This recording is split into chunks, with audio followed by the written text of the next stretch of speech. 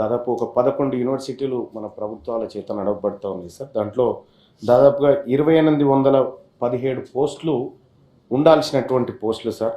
దాదాపుగా ఇప్పుడు ఖాళీగా ఉన్నాయి 1129 పోస్టులు ఖాళీగా ఉన్నాయి సార్.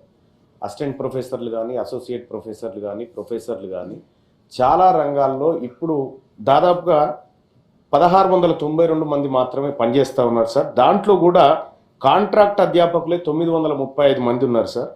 సో ఈ ప్రభుత్వం ఈ ప్రొఫెసర్ల నియామకాల విషయంలో కానీ, లేదంటే యూనివర్సిటీల బలోపేతం కోసం కానీ రాష్ట్ర ప్రభుత్వం ఒక ప్రణాళిక రూపొందించుకొని ముందుకు పోవాలి సార్. ఎందుకంటే విద్య చాలా ప్రాధాన్యత కలిగినటువంటి అంశం కాబట్టి యూనివర్సిటీలలో ఉన్నటువంటి ఖాళీలను తక్షణమే భర్తీ చేసి, అలాగే బ్యాక్లాగ్ పోస్టులు కూడా చాలా ఉండిపోయినాయి సార్. వాటిని కూడా సత్వరమే భర్తీ చేయాలని ప్రభుత్వం ముందు నేను సూచన చేస్తాను.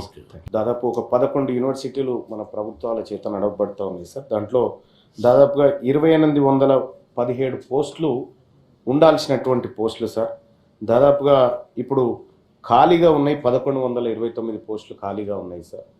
అసిస్టెంట్ ప్రొఫెసర్లు కానీ, అసోసియేట్ ప్రొఫెసర్లు కానీ, ప్రొఫెసర్లు కానీ చాలా రంగాల్లో ఇప్పుడు దాదాపుగా 1692 మంది మాత్రమే పనిచేస్తూ ఉన్నారు సార్. దాంట్లో కూడా కాంట్రాక్ట్ అధ్యాపకులే 935 మంది ఉన్నారు సార్.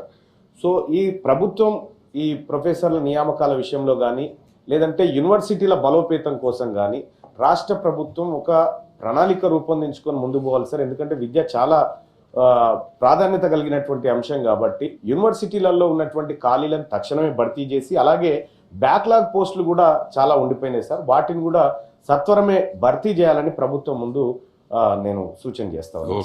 షేర్ చేయండి, లైక్ చేయండి, సబ్స్క్రైబ్ చేయండి.